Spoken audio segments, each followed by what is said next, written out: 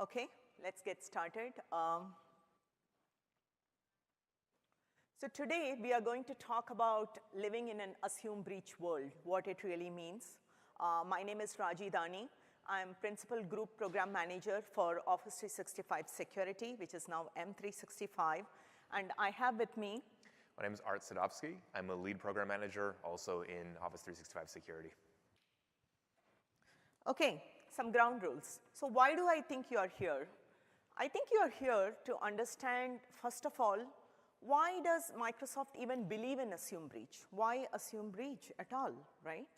And considering that Microsoft believes in assume breach, what are we really doing about it? What is Microsoft doing to keep your data secure, to protect against the attackers, to detect on time, and to do incident response?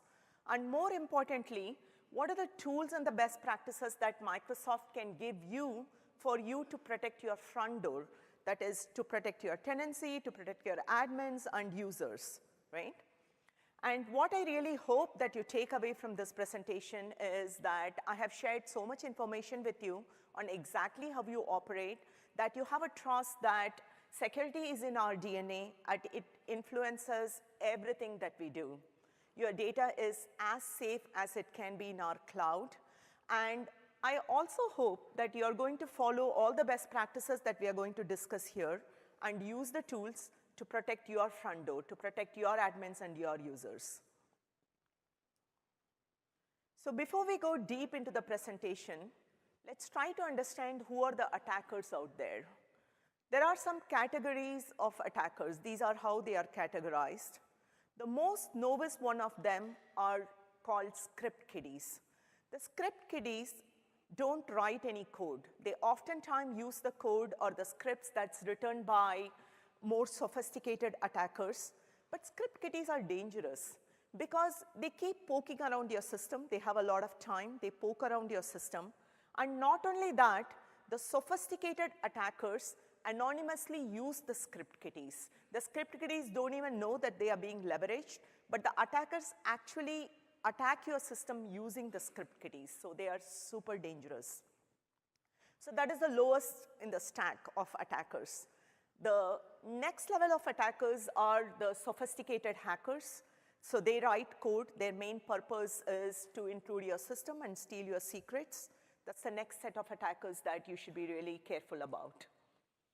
The third set that we are going to talk about more deeply is the rogue insiders. These are the malicious users who are in your system. In our case, in the Microsoft 365 cloud, these are our own Microsoft engineers. In your tenancy, these are your admins or these are your users.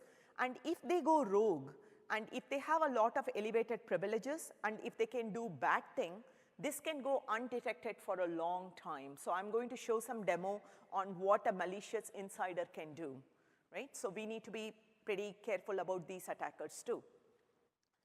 The next set of attackers are typically do it for industrial espionage. These are your competitors who are out there to attack and steal your secrets to advance their business interest. The next set of attackers are hacktivists. Hacktivists are dangerous mainly because they don't believe in rules. They push their boundary. They take their risks with law enforcement agencies. They use it for principles, some social or political cause. And the last set of attackers who are getting to be more prevalent now, they are the nation-state actors. So in a way, these are the attackers who are licensed to hack. So the government sponsor them, the rival government sponsors them, and these attackers are out there to attack the rival government and businesses in the rival government for their own interest. So these are the set of attackers that are very prevalent in the industry, and they are getting more and more sophisticated. So we have to assume breach. And we, in Microsoft, and you also as a tenant, should not take anything for granted. So before we go further, we just talked about the set of attackers. Let's try to understand why even assume breach. You have to assume breach because the attackers are getting sophisticated, also because the breach is super costly. The potential cost of cybercrime to the global community, Microsoft did this study, is about $500 billion. right? Let's talk about how many of you have heard of WannaCry attack or non-Petya attack that was very prevalent. I see so many hands going up. They are the kind of ransomware attacks that was very prevalent last year. What typically happens is the attackers encrypt the disk in which your data is stored, and they demand money. And once upon receiving the money, they decrypt and let you have access to your data. The ransomware attacks grow on the order of 30%. It grew last year. So on an average, there are about 4,000 attacks that happens on a day. If you switch gear from ransomware attacks to emails, 1 in 131 emails contain malware, right? They are phishing mails. This is about 1%. And about 6.5% of the victims people are victims for identity fraud. And if you believe all these things happen only big businesses, the attackers only target big businesses, you're deeply mistaken, because 43% of the cyber attacks are actually targeted at small business. And this is very logical too, because big businesses employ a lot of security engineers, sophisticated people, and they get data into the SIEM tools, they do a lot of analysis. But if you're running a small business, you have only time to focus on your business. So it is easy for an attacker to target you and attack your system. So that was a generic statistics, right? What it really means to you. Let's talk about what it means to you. So if an attacker typically sends mail to 100 people in your organization, 30 of them will open that email, and 12 of them will actually click the malicious links or an attachment.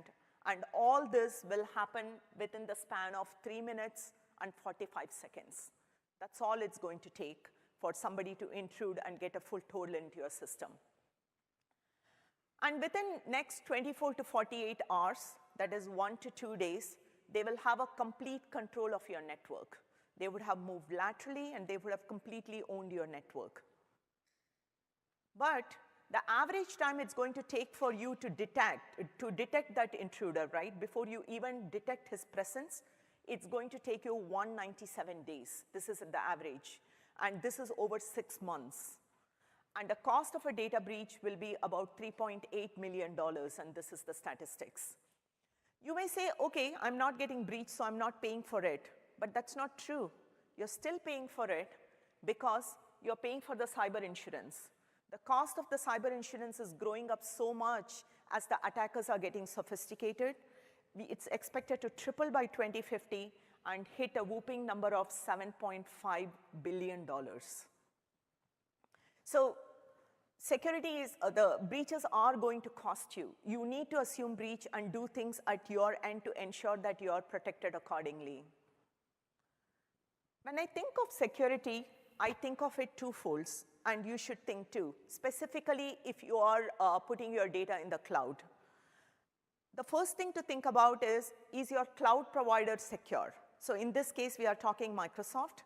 So what is Microsoft 365? What are we doing to keep your data secure? How are we protecting against intruders? How are we going to detect them? So that is one part of it. The second thing is, how are you keeping your front door secure?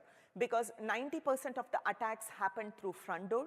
It is very easy for an attacker to compromise one user in your account and start intruding. So we are also going to understand today what are the kind of tools that we can provide you to keep your front door secure. Also, the basic principle of security, so the ground building blocks are the protection features. We are not going to talk about it today because this talk is on assume breach. We are going to see some of the attack patterns on how you can get attacked and remediate. But protection is super important.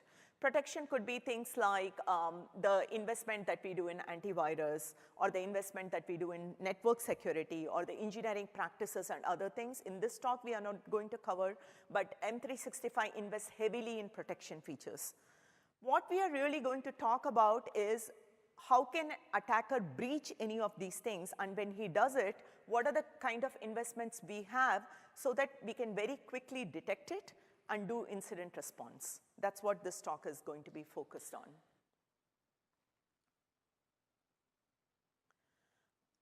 So we talked about what are the kind of attackers over there. We also talked about why assume breach, because it's going to be costly. So let's now get into an attacker mind. How does attacker typically happen? It's important for us to understand the attacker kill chain.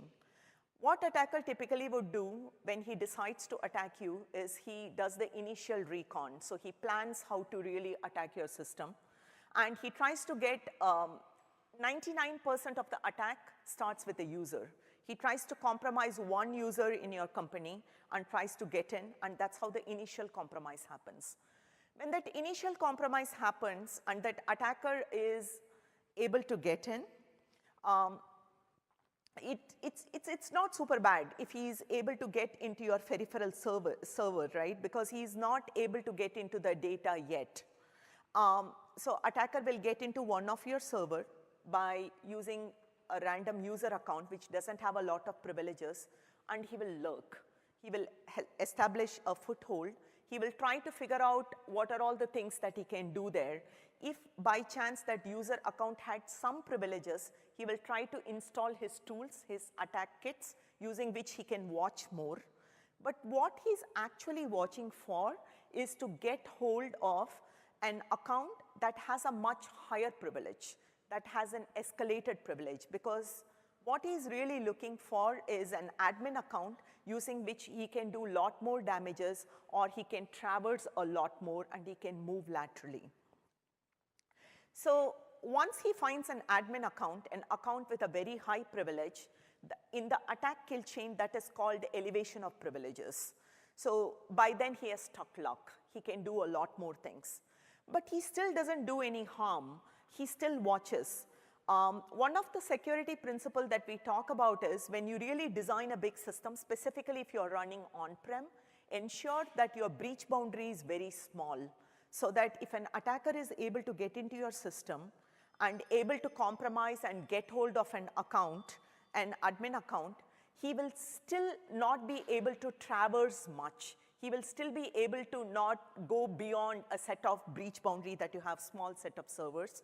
So that is one of the core principles. We operate like that in our M365 data center. Even if an attacker is able to compromise, he will not be laterally able to move and compromise the entire system. Okay, so we talked about, the attacker waits and tries to find out another account which has an elevated privilege, and then he tries to move laterally, and eventually he tries to get to your backend where the data is, and that is where the real damage happens. So in the assume breach principle, what we really say is, expect that your attacker will be able to come to your front ends, right? Like your peripheral server. It is super important for you to detect your attacker very quickly there and evict the attacker so that he can really not get to the meat. He can really not get to the core data. So when we think of security and detection, scale is a huge advantage because signals are what is going to tell us what is an attack pattern, correct? Microsoft has a huge advantage here because in Microsoft we operate with over 1 billion Windows devices from where we are getting signals. We get 450 billion Azure Active Directory logons where we are getting a lot of usage signals, and 400 billion Office emails analyzed. We use all these things for security purposes only. The signals that we get from these systems we completely obfuscate customer data from it. So all the security engines that I'm going to talk about later in the presentation, we never expose customer data there. We only look at the security patterns and the signals from here. So overall, we operate with 6.5 trillion signals a day. That's a huge amount of signals. I don't know anybody, any other company can say that they operate with this kind of signals. So because we get this much amount of signals, we are able to really use it to spot an attack, detect an attack, and take action. And just over last month, we were able to block 5 billion distinct malware using Windows Defender ATP. And all these analyses are happening because of the kind of signals we are able to collect.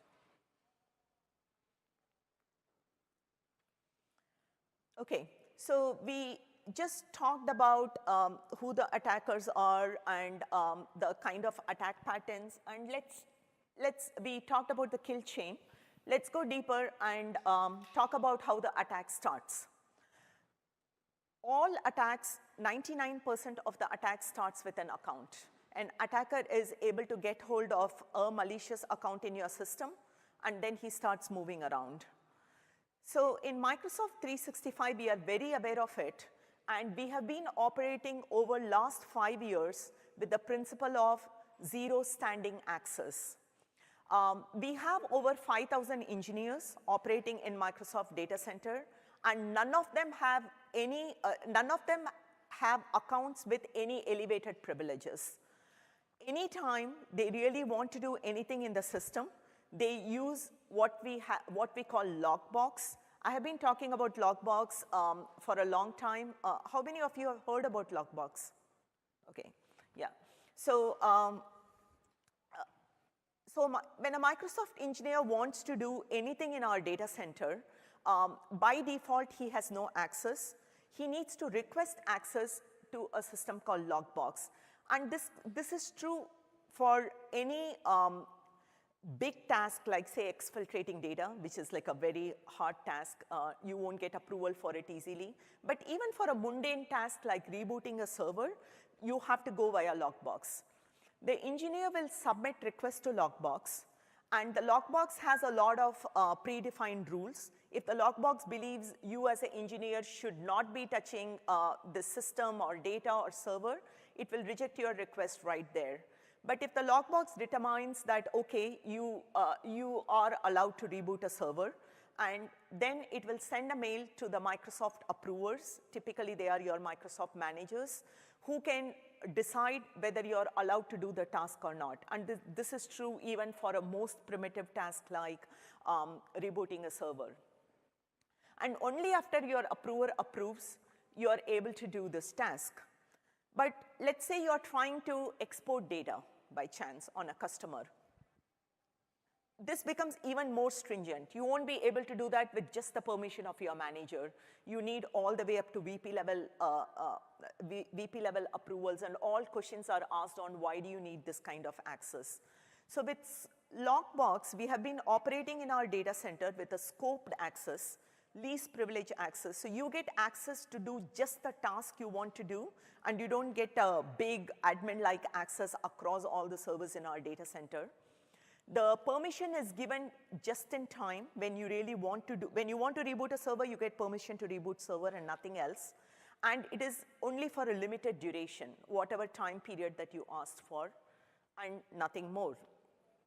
The access is given only after the approval from the data custodian, Microsoft managers or VPs, depending on what level of access that you're asking. And there is a strong audit logging on what exactly happened, who accessed what did they do. So this is how we have been operating for over 5 years in our data center. And every time we talk about this, the customers ask, okay, when are we getting this, right? Because customers also have a very, very similar risk. Let's try to understand the risk.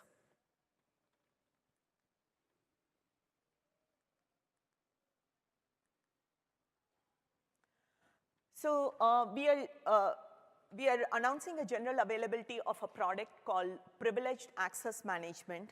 This is actually taking Lockbox, with which we have been operating data center, and taking it to your tenant. Let's take an example, right? Today, if I'm a tenant admin for Fabricam, I can set a new journal rule, and I can siphon off all your CEO's email to a rogue email address today. Today, I can do this, and you will not be able to detect it very quickly. You have to mine a lot of PowerShell logs before you will be able to get to this. And imagine me doing it in your CFO's account just before your quarterly results. Damage is done before you can even detect something like this. But if you enable privileged access management, you'll be able to go to Office 365 Admin Center, and you can go and define a policy.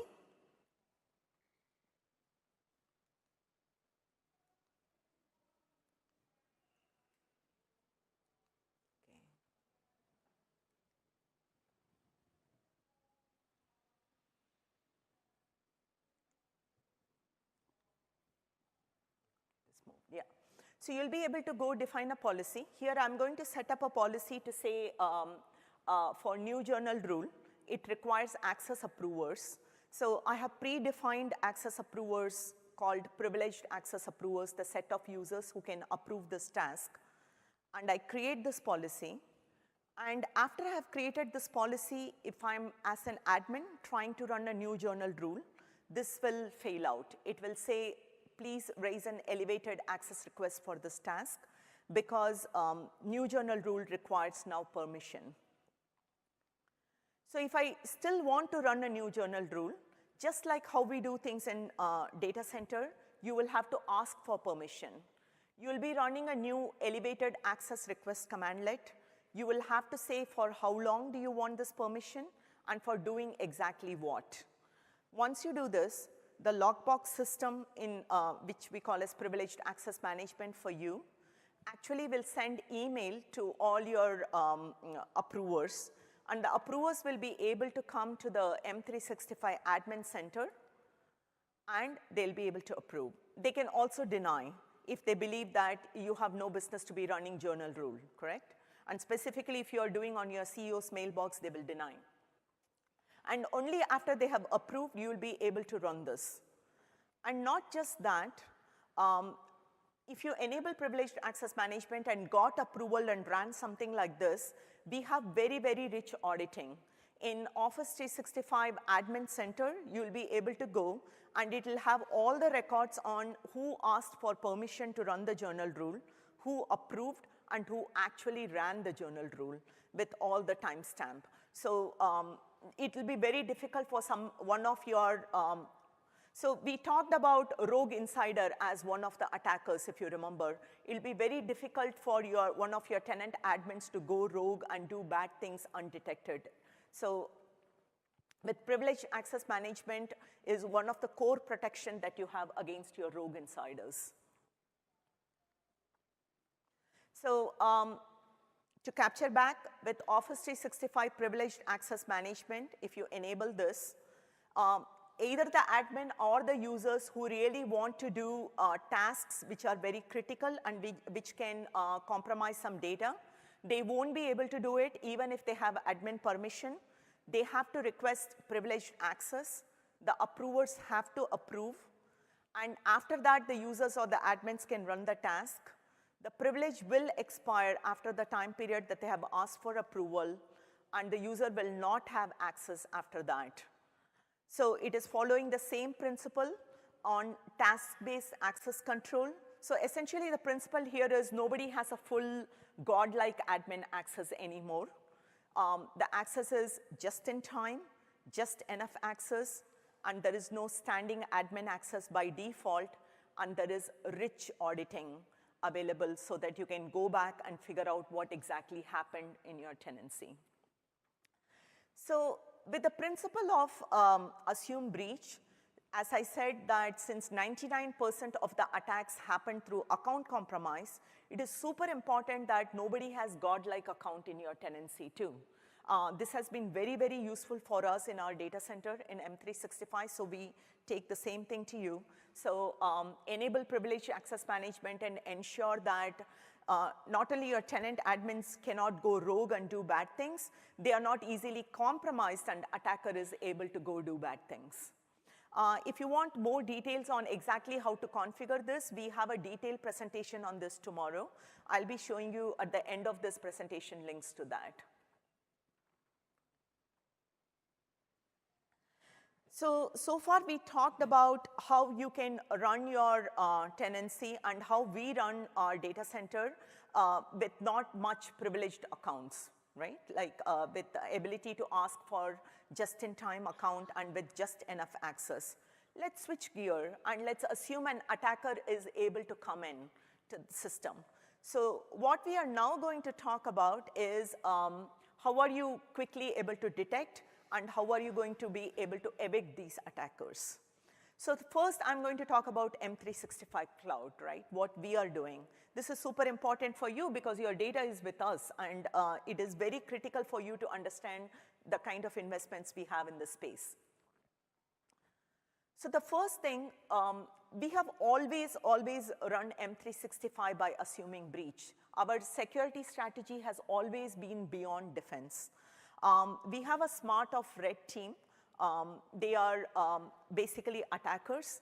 They just attack our system with the strict rules of engagement.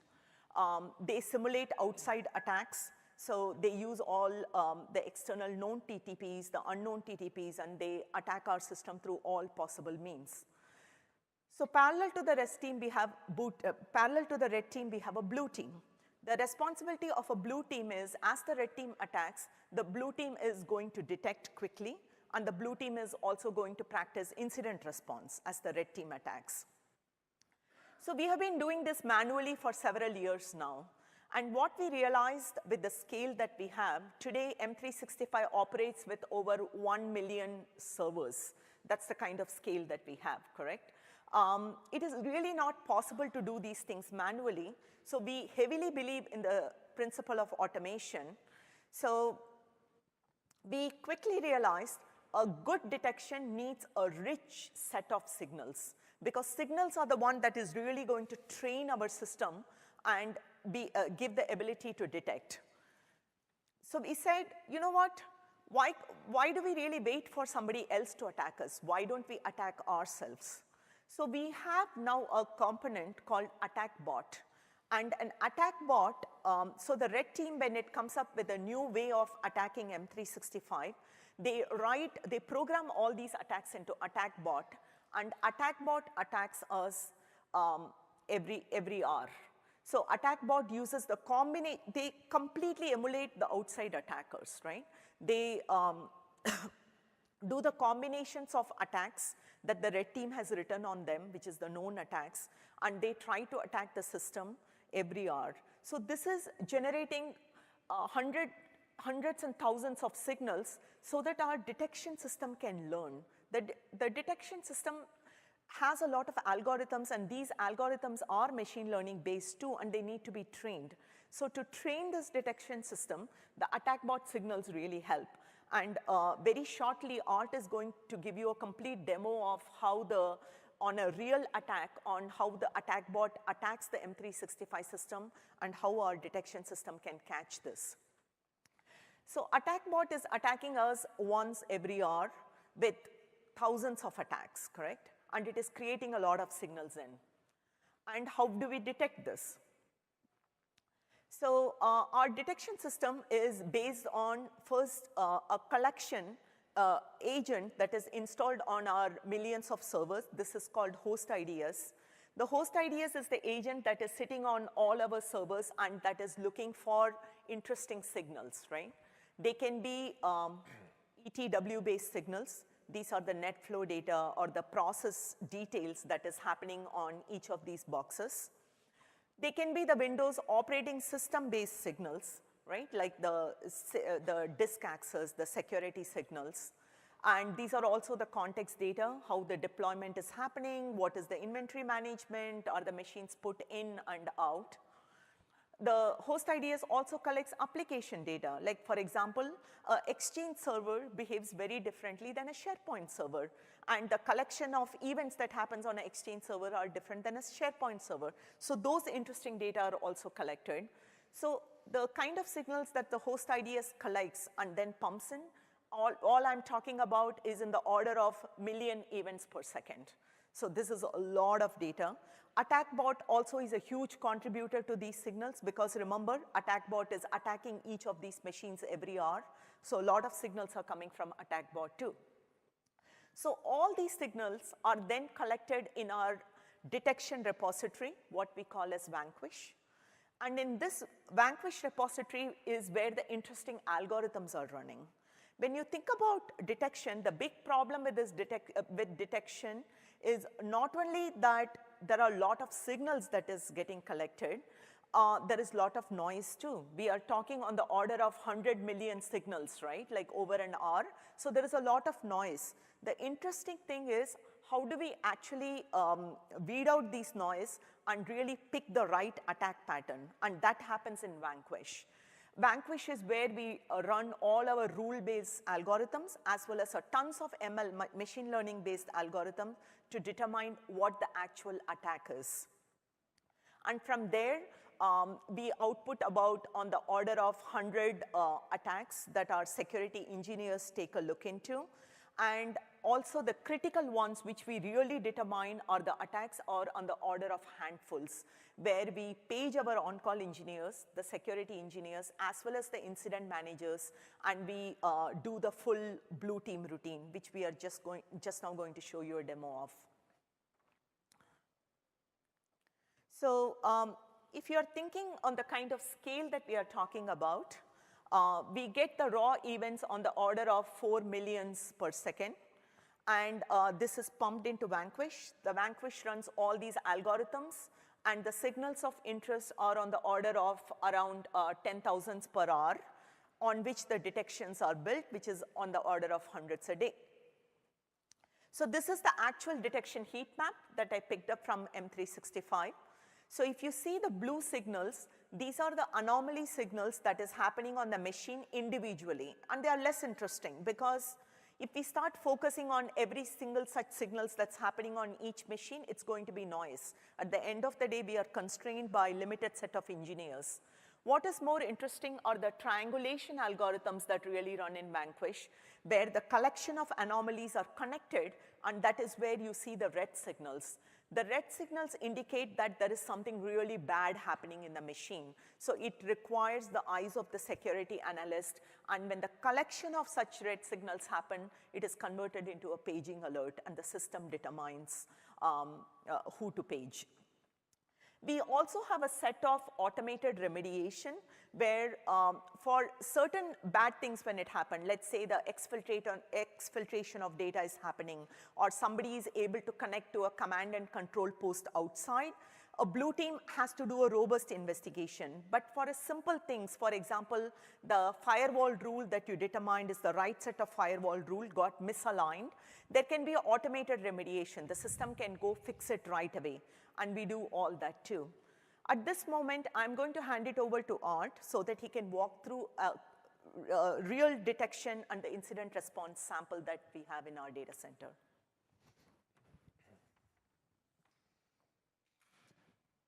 All right, thanks, Raji. So in the beginning of this talk, Raji made a very important point. She said that ultimately assumed breach is about not taking anything for granted. It means that we can't take our protection investments for granted and just assume that no one will ever get in. We should certainly invest strongly in protecting our systems as much as possible, but we have to assume that a sufficiently smart and resourceful attacker can still make it in, and we need a strategy for dealing with that. But we have to go further than that too. We cannot take our detection systems for granted. We can't just assume that we build this complex system that processes millions of events and that it's always going to work. We need to regularly validate that system. We need to make sure that it's actually raising the alerts that it should be raising. And we need to make sure that it's doing the things that we need it to do, which is to say stopping attackers. Now, Raji referenced AttackBot, so what I'll be talking about now is how we actually use AttackBot to do that kind of validation, to show that our detection systems really are functioning, and they're catching real attacks, and they're raising alerts for real attacks, and they're allowing us to remediate those real attacks. All right, so with this demo, we're going to show you how we actually can trigger an AttackBot run and what happens next.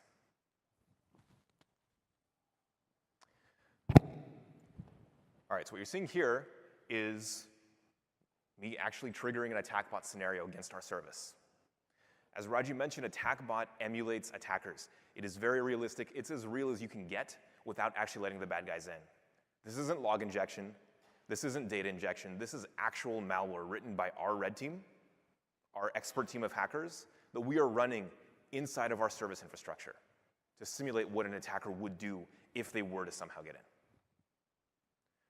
So in this case, I'm triggering an AttackBot run, and it's simulating data exfiltration. You can imagine that if an attacker somehow manages to get access to our backend machines, they're going to want to steal a lot of the customer data that we store there. They're going to want to take that data and siphon it off to some endpoint on the internet. And that's exactly what AttackBot is doing here. This AttackBot scenario is running on a specific machine in our service infrastructure, and it is sending a huge quantity of data to an external endpoint controlled by AttackBot. That endpoint is on the internet somewhere. And again, the entire goal here is to simulate what data theft might look like if an attacker were to get in our service. And really, we want to be able to answer the question, hey, can we actually detect this? Can we do anything about it? Now, before I go on, let me talk a little bit about safety. First of all, Raji talked about lockbox and the fact that anytime we run potentially sensitive or dangerous commands inside the data center, there's approval that's required. There are a lot of safety mechanisms in place, and this is no exception. So you can actually see the approval language there. When I triggered this attackbot run, lockbox requested approval. My managers looked at it. They said, OK, we know this is a test. We know this is a simulated attack. It's OK. We'll allow it to proceed. So that's the first safety mechanism in place. The second, I really want to be clear about this, attackbot does not actually touch any of the customer data. It is, in fact, running on the backend machines that power our infrastructure, but it drops a fake data file and then siphons that off to the internet. From the perspective of the signals that get generated, it looks just like an attacker who is stealing actual customer data. You're going to see a spike in bandwidth. You're going to see connections to these external domains and things like that. But because we want to make sure that all customer data is safe and secure, even when we're simulating these attacks, we don't actually touch any of the customer data when we run these tools. Nonetheless, they're as realistic as you can possibly get without actually touching that customer data. All right, so now that I've run it, let's see what happens next. So this screen shows the attackbot command and control interface. Right? So if you're an attacker, you're going to have a command and control service somewhere on the internet. It's going to allow you to see what your malware is doing. It's going to allow you to see how it's progressing towards its objective. And it's going to allow you to take further actions. That's what you're seeing here. I won't go through all the details. The important thing to point out is that, again, we are targeting a real machine in the infrastructure, and the attackbot C2 is telling us that that machine is, in fact, being targeted by this malware. The green section indicates what attackbot is doing. And again, for the purposes of this demo, just remember, it is exfiltrating data. It is simulating the theft of data and the sending of that data to an external endpoint. This is what an attacker would do if they were actually in our service trying to steal customer data. This is a very important scenario for us to detect and stop. All right, so this slide indicates that, hey, this scenario was actually successful. Attackbot launched. It started trying to steal data. So what happens next? Again, remember, the question is, can we actually do something about this? And the answer is yes.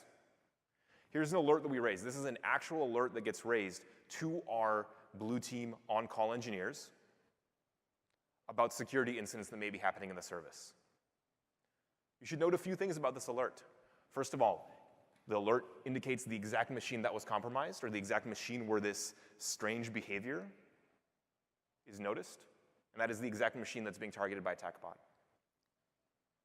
You may not see it, but if you look at the timestamp on this alert, it happened within minutes, less than 5 minutes from when that attackbot scenario started. So this is a real-time alert. That triggered within minutes. You know, Raji mentioned that we have a complex signals processing infrastructure that processes millions of events per second to raise real-time alerts. And this is an example of that. The other thing to keep in mind is that the alert actually tells you in that alert body why we raised the alert. What signals or what combination of signals led us to conclude that an alert was actually warranted? And in this particular case, there were a few things that stood out on this machine. First of all, there is that network bandwidth signal that I mentioned. If an attacker is trying to steal a large quantity of data and siphon that off to the internet, you're going to see a spike in bandwidth. It's exactly what you saw here.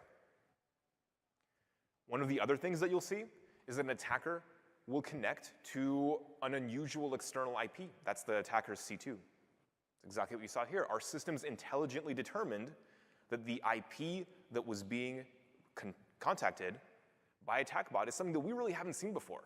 It's unusual. That piece of data, taken in conjunction with this network bandwidth signal and a few other pieces of information, allowed our systems to conclude that, hey, this is something bad. This is an attack going on. And to raise this alert in real time, enabling us to take remediation. So I won't say too much more about this alert right now.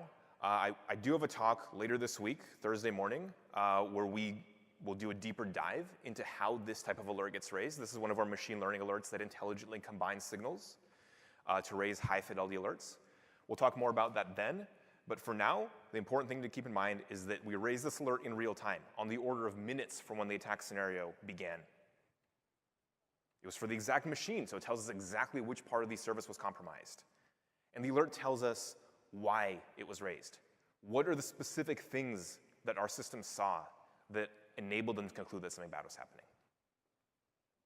And that last part is really important because it allows us to remediate. Just raising alerts for attacks, even if they're totally accurate, even if they happen in real time, that's not enough. Because if an actual attack occurs, we have to be able to take action and stop it before customer data is compromised, before the attacker is actually able to successfully steal it or do damage to it or things like that. And so remember, in the alert, there were a few key pieces of information that our response teams get so that they know what to do next. The first is they know exactly which machine was being targeted. They also know what the external IP address is that this attacker is using for their command and control and for siphoning off all that data that they're trying to steal. Because we saw attempts to connect to that IP, and that's why we raised the alert. Well, those two pieces of information allow us to take action. That's what you're seeing here at the bottom of the screen. We are running a command. This is a tool that we built, the blue team built, to take action against the attacks that we see. And in this particular case, the action is to prevent connections to that external IP from this machine. And that stops the attack. That prevents the malware from contacting its C2 infrastructure. It prevents the malware from siphoning off data to that external destination. It keeps the data secure. And again, all these things happen on the order of minutes. This alert can get, this remediation action can get triggered automatically in some cases without human intervention. And even if people need to intervene, this can take effect within a minute or two. And so the main thing here, to tie everything together, is that AttackBot allows us to simulate attacks. It is a high-fidelity representation of what attackers actually might do. Our detection systems can raise accurate alerts in real time for that kind of behavior. And we have remediation tooling that allows us to act and stop those attacks and mitigate them, again, in near real time in response to the things that our alerts identified.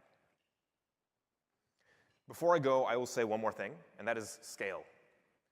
Raji mentioned we have a huge service, hundreds of thousands of machines. This particular example shows how we can take action against one machine, but we can do these things at scale as well. We have infrastructure that allows us to take this type of action against a set of machines in the service, wherever we detect the offending behavior. So even though we're showing you how we can take action and mitigate an attack on one particular machine for the purposes of this demo, in real life, we are prepared for a situation where we have to act at scale, where we have to act against entire sets of machines, entire pieces of the infrastructure, and to do so very quickly and prevent these types of things from propagating throughout the service. And so with that, I'll hand it back to Raji. Great. So you learned from Art on how exactly we assume breach, we do the detection, and we create signals with AttackBot. We really mimic the external attackers, and then how we do incident response. So the next thing is, what do we have for you? So as I said, we take the same principles on how we operate in our data center, and we then give it to you. So the principle is same. So in your own tenancy, attack yourself before somebody else does, because somebody is looking to attack you. So how can you do that? So we have a product out there. It's called Attack Simulator. So the principle is this with Attack Simulator. Attackers use the same pattern to attack you, specifically the front door, and they succeed every time. They use simple philosophy. They use phishing. They send you phishing emails, expect that if they send it to 100 people in your org, 30 of them will at least open it, and 12 of them will click it, so they leverage that. They use password spray. They will try to spray one password across many people in your company and try to get some hit. and they do things like spoofing. So it's a very similar attack pattern. So use this tool, Attack Simulator, attack yourself and figure out how vulnerable your users are and improve their security profile. This tool also helps you to prove to your senior management the improvement path that, hey, people are more aware, they are setting better passwords, or even more. In this Ignite, we announced passwordless access. You should go passwordless. You should be able to access your accounts without passwords. And also, this is attestation of how well you're doing your job, that you're improving the security profile in your company. Let's try to do a quick demo of Attack Simulator. How can we do this, okay? So you go to Office 365 Security and Compliance Center. Today we have published 3 kinds of attacks, but this is a fast growing list. As we see more and more attacks out there in the industry, we'll be authoring that in this tool. So today we have a phishing attack that you can run, or you can run a brute force password attack. This is the dictionary attack. You attack a user with all kinds of passwords and assume that you will get one hit. Or you can do a password spray attack where you will hit a set of users, almost all the users in your company, with a password and hope that you will get some hit, right? You do this as a tenant admin to improve the security profile, but remember, the attackers outside have other tools to do this, and I'll show that very soon too. Let's take an example and launch a password spray attack. So we are a company located in Seattle, and we passionately love Seahawks. How many of you here are Seahawks fan? Anybody? Oh yeah, there's a lot of hands. Okay, there are some double hands too. Seahawks did great. A few years ago, they won the Super Bowl. Unfortunately, this season is not going too well. The first 2 games were too bad, but the third one was all right. But we are still an avid Seahawks fan. So if you're a company in Seattle, and if you want to do a password spray with some combination of Seahawks, and if you're an attacker, you will be in luck. You will find at least one user with some combination of Seahawks. So here what I'm really showing you is, as a tenant admin or a security administrator in your org, you are now just going to simulate an attack in your company to see the security profile. So you're going to run a password spray attack for Seahawks 2018 Rocks. This is our wish. I'm going to run this attack on 2 users, John Smith and Jane Doe. But you can run this attack at scale across any of your DL. You can choose up to 500 members. If you're picking a DL that has more than 500 members, it only attacks the first 500. That's the limitation right now. So I do next, and I author this attack. I finish. Once I have authored this attack, now I'm going to launch this attack. So I launch this attack. And when this attack ran, what you really see is you got a 100% success rate. You got a 100% success rate here because I created this tenancy. I created those 2 users, John Smith and Jane Doe, and I set that password to be this. But if you are running in your big tenancy with thousands of users, you are just going to get a hit of the people who had this kind of password. The success rate here is not a good sign. If you are a security admin or tenant admin, you want this number to go down. You want less and less people using common passwords, so the success rate is a misleading term.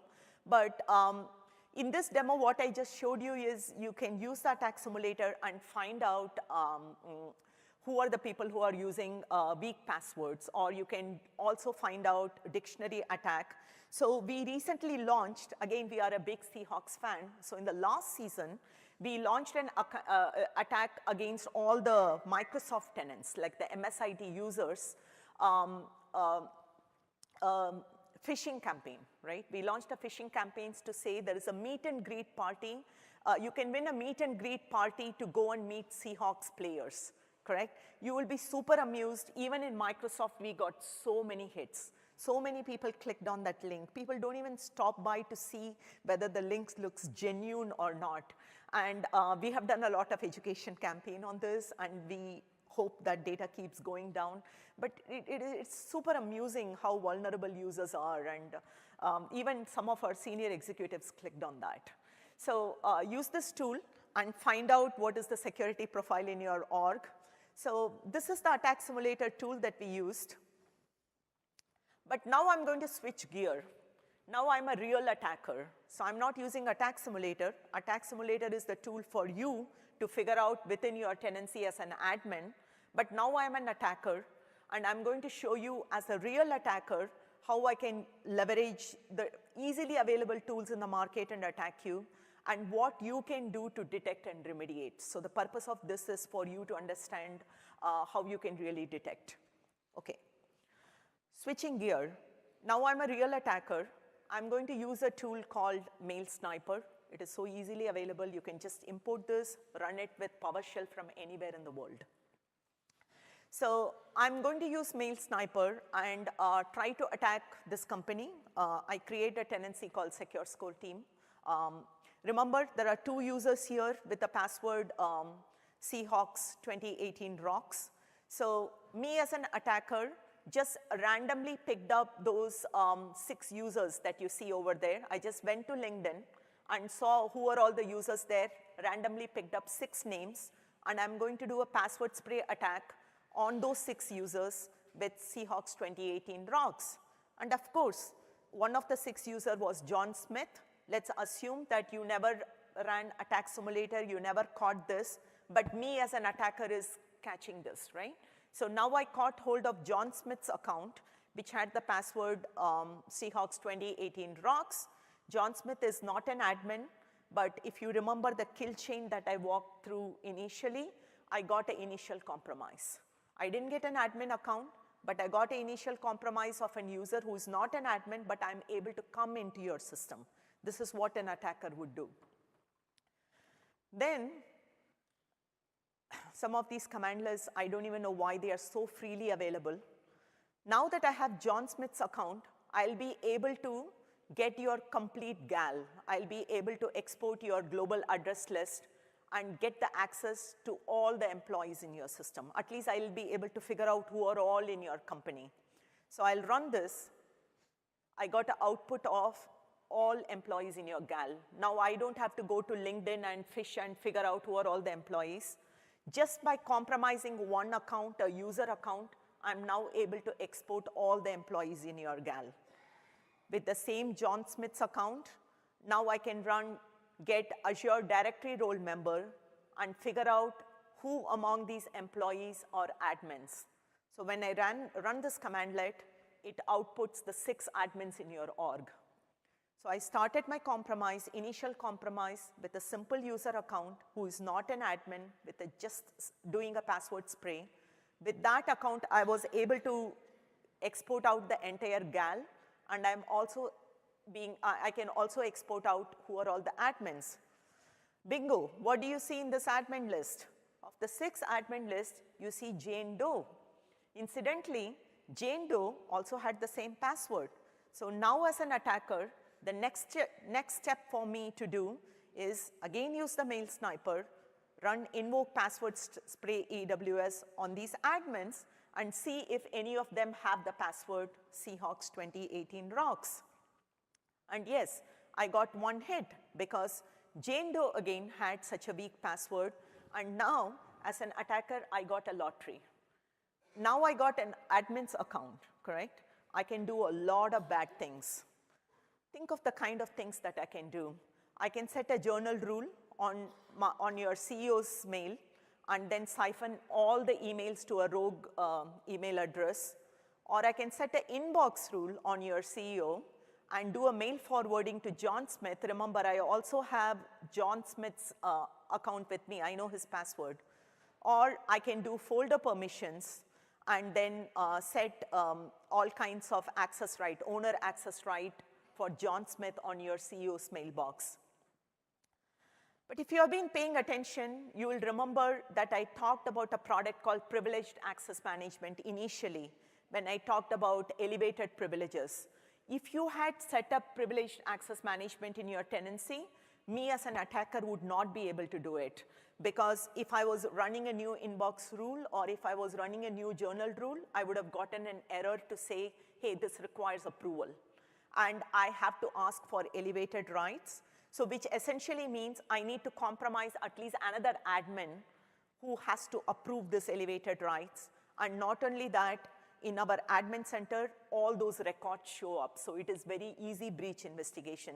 So I highly encourage that you guys should set the privileged access management on so that if your admins are compromised, they are not able to do these things. And it is super easy. I mean, you saw how easy it was to compromise. I mean, you can protect these things by setting right conditional policies and stuff, but oftentimes tenants don't do that, so it is an easy compromise. This demo was not really about how easy it is to compromise. It is about how easy you can detect it, right? So let's try to understand how can we detect this, right? Over the last year, I work very closely with the Exchange team, so I'm going to talk for Exchange, but I'm sure this is true with SharePoint and other workloads too.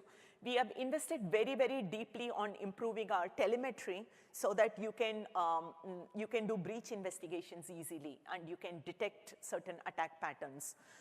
We now log all the IP addresses, and we also log all the actions that happen when it happens through the Office client and through all kinds of protocols like MAPI, et cetera. Previously, the logging was happening only when things happen through PowerShell, but now we are investing very heavily in logging, and if you still do not find the kind of events that you want, please talk to us because we do plan to invest heavily in this space. So Jane Doe was compromised and the bad action got taken. So you as an administrator, you will get an alert now in Office 365. You get this email. You can click on Investigate, and you go into the Office 365 Security and Compliance Center.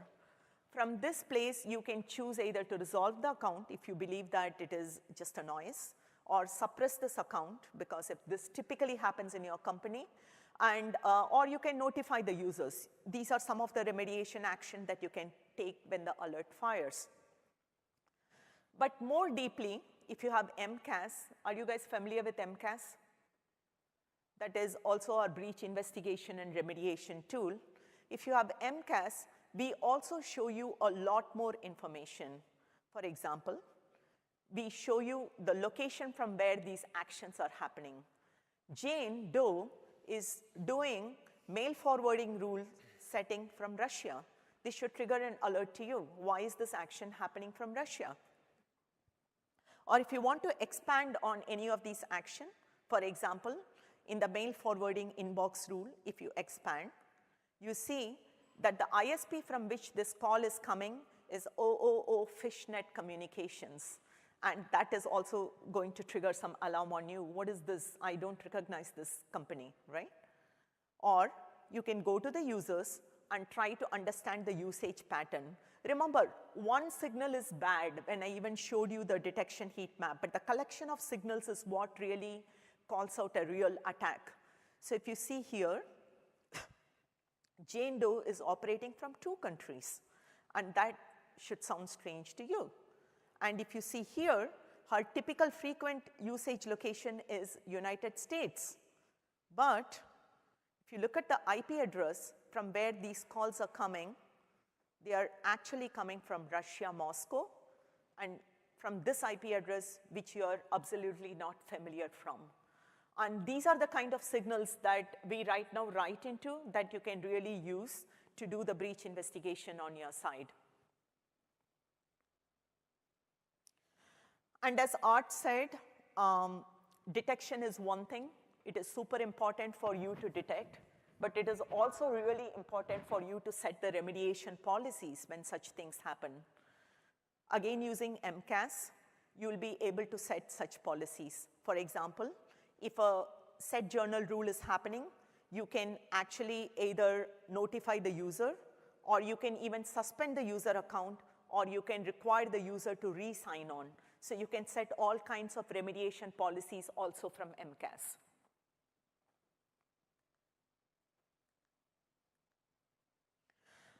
So we over this session, we just talked about that we always assume breach. So we also believe in the principle that attack ourselves before somebody else attacks. We do that in our data center with AttackBot, but we have a tool for you just to do that using Attack Simulator. We have a heavy investment in detection and incident response, and we are investing very heavily in improving our telemetry so that you can do the same kind of breach investigation and response. And these are all the investments that we do, but as Art said, in the assume breach world, you can never take security for granted. So in that principle, I also want to talk about how do we do security assessment? How do we know that in our M365, a workload is secure at all? Across all these security controls, protection controls, detection controls, and incident response controls. So again, with the principle of automation, we have built something called as a validation engine, which actually goes through all these controls across all the workloads, uses AttackBot to attack, and then figures out what is the exact security profile, and then we score on it. We believe scoring is very useful because scoring actually triggers the kind of response that we need from our executives to up-level security and to get more and more security investment. We take the same principle to you.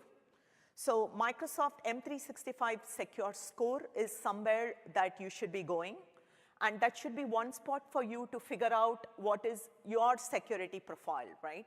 How secure you are. This has been live for around 2 years, and it has been scoring you on Office 365 controls. But very recently, we have expanded this to include AAD controls as well as EMS. And it is closely plugged into Windows Defender security. You will be able to go to Office 365, see what your score is, and what is the comparison score across other people in your industry. And not only that, from M365 Secure Score, you will be able to take action. For example, it will tell you that, hey, set up MFA to get 50 more points, and you will be able to click there and enforce MFA for your organization. We have 2 deep talks on Secure Score. I'll also give you a link to that, and you should be attending that and figure out how you can leverage Secure Score for improving your security profile. We call it a one-stop place that you should be going from where you should be able to drive all your security needs. So to fold this presentation, what we really talked about is when you are operating on a cloud, security is twofold. The first thing is how secure is your cloud service provider, in this case, Microsoft 365. I hope we didn't talk a lot about our protect features. That should be another presentation.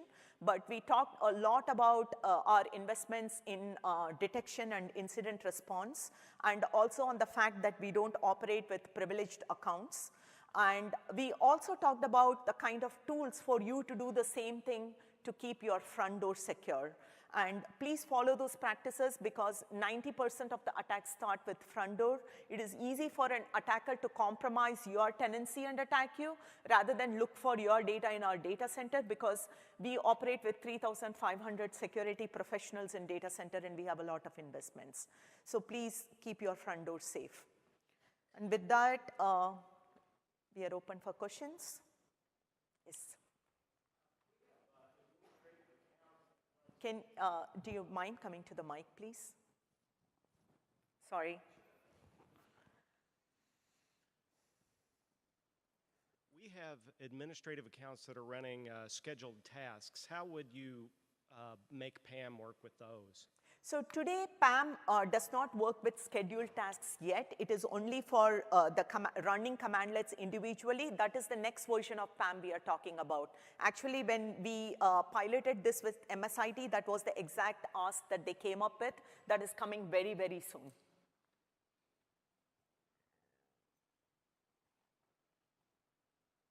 Yes. Want to go first? Sure. Just with the password spray, does that get nullified with multi-factor authentication on for the accounts, or is it doing something in the back end? Say that again, I'm sorry. With MFA on for the accounts? No, with MFA on, you would not be able to do password spray easily. Is that correct?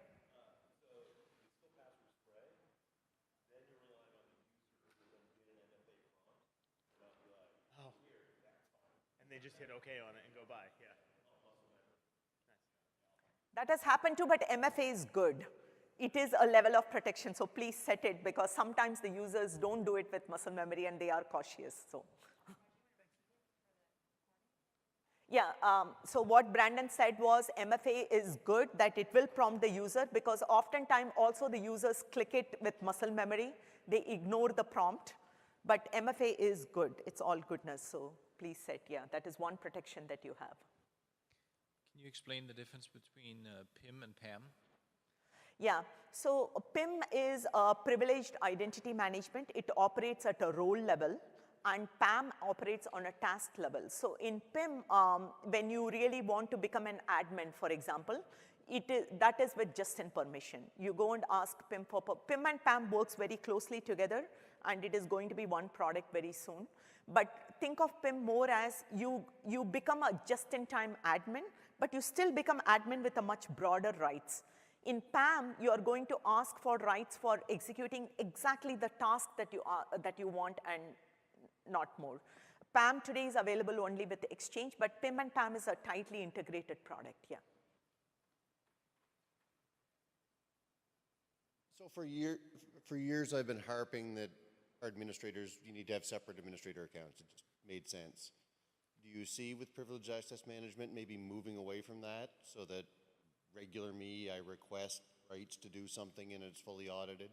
Or do you still see the practice of separate administrator accounts? No, we really want to get away from the separate administrative account because these separate administrative account can easily get compromised too. When they get compromised, you can do a lot of bad things. So what we really want to do is provision a just-in-time permission, and that too not an administrative account with big rights, for a very limited scope of the administrative task that you really want to do and nothing more. So we really want to get into that space and get away from a fixed account. Thank you. You showed us a bunch of different tools like a tax simulator and MCAS. Can you tell us what licensing we need to get those tools? Carolyn, you want to take this question? I think attack simulator is part of E5 SKU, and correct me if I'm wrong. It is part of E5 SKU. I don't know whether, is there a standalone available? Okay, I'm not super sure, and MCAS is also part of E5. These two are part of E5 licenses, but if I'm not wrong, I think so. Oh, Attack Simulator is available as a threat intelligence add-on.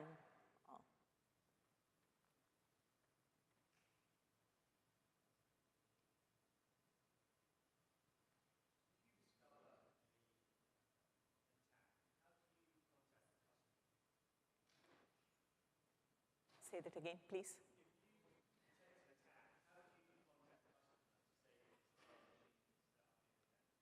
Yeah, so if we oftentimes, I mean, very rarely it happens that attackers, the external attackers, are able to get to your data. My experience having worked in the space is we are able to identify this much early on and take action and evict.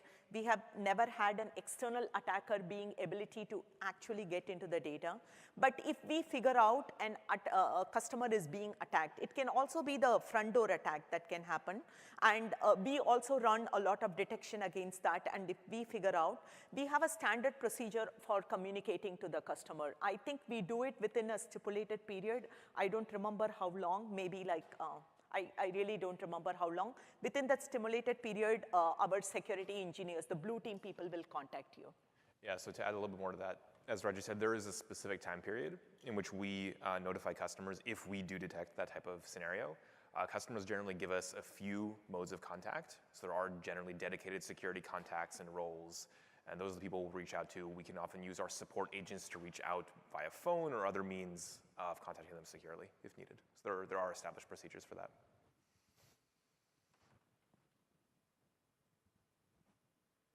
Any other questions? Okay, thank you. You should keep up, go forward one slide. Vicar, If you're interested in any of these talks that I referenced to, the first one is a deep talk on PAM, how you can configure this and what it covers. The next one is, if you really want to understand the machine learning algorithm, the actual algorithm, go to the second talk. Art would be doing that. The next two talks are on secure score, and the last one is, again, on the breach investigation, how to understand threats and how to take action. Okay? Thank you.